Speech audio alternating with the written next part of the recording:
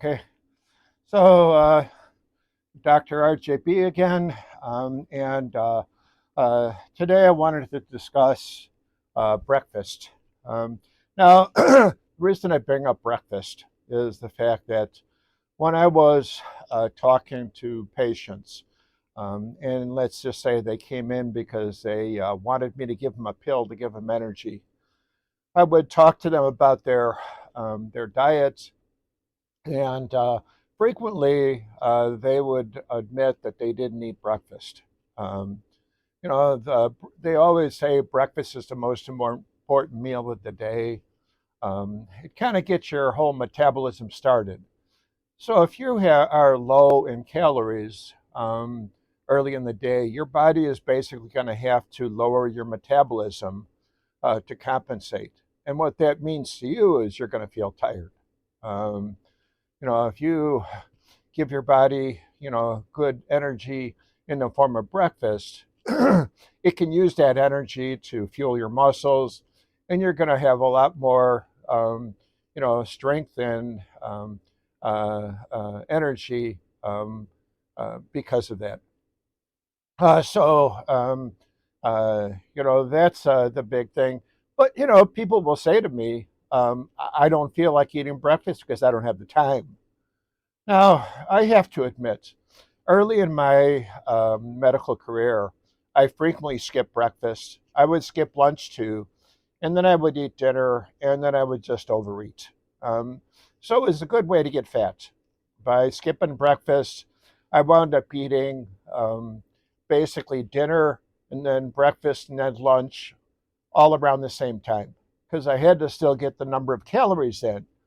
But when you take a whole bunch of calories like that in all at the same time, and your body is already tired from being throughout the day, working throughout the day, now your body has to kind of rev up its metabolism to try to burn up those calories you gave. And what's going to happen next is you're going to go to bed. So it's just a good recipe for putting on weight.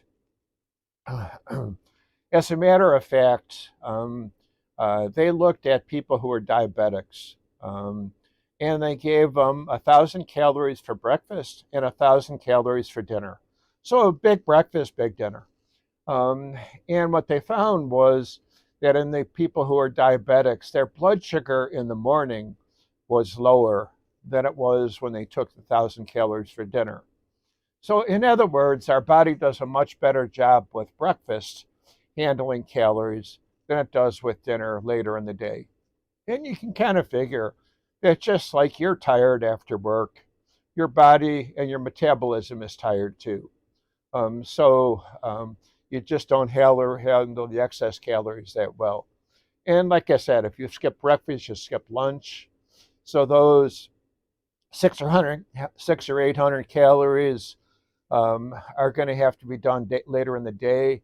So you have, let's just say, your 1,000 calorie dinner, and then another 800 calories of junk food snacks.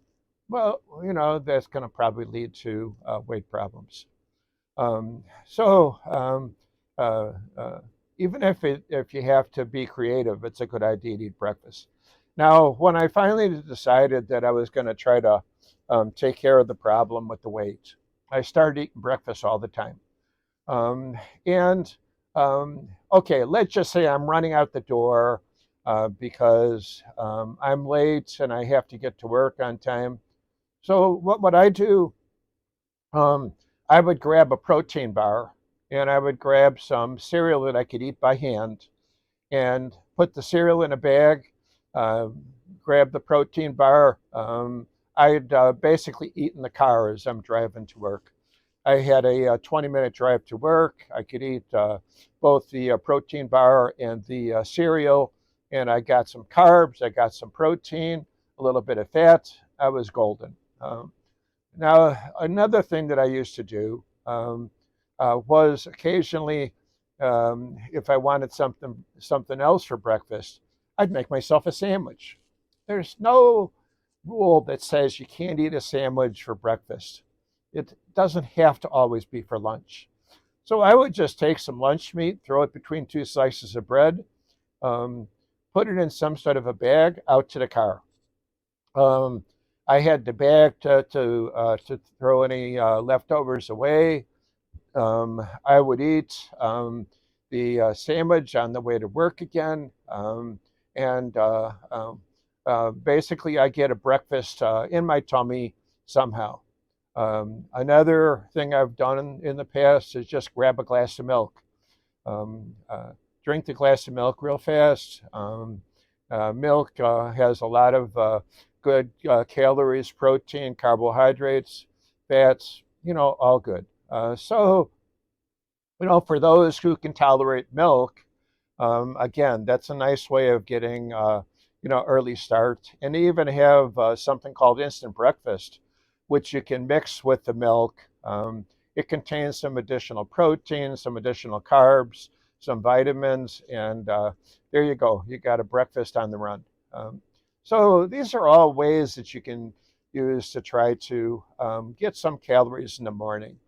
I've mentioned that I have my doubts about intermittent fasting because in the fast, intermittent fasting for me made me gain weight. And so I have a little bit of doubts whether that's a long term solution.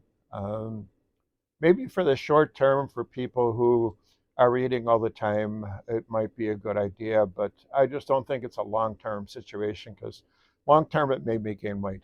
Um, so eating a good breakfast is a great idea. Like I said, when they've done studies on breakfast, they found that your body handles breakfast better than it does dinner later in the day.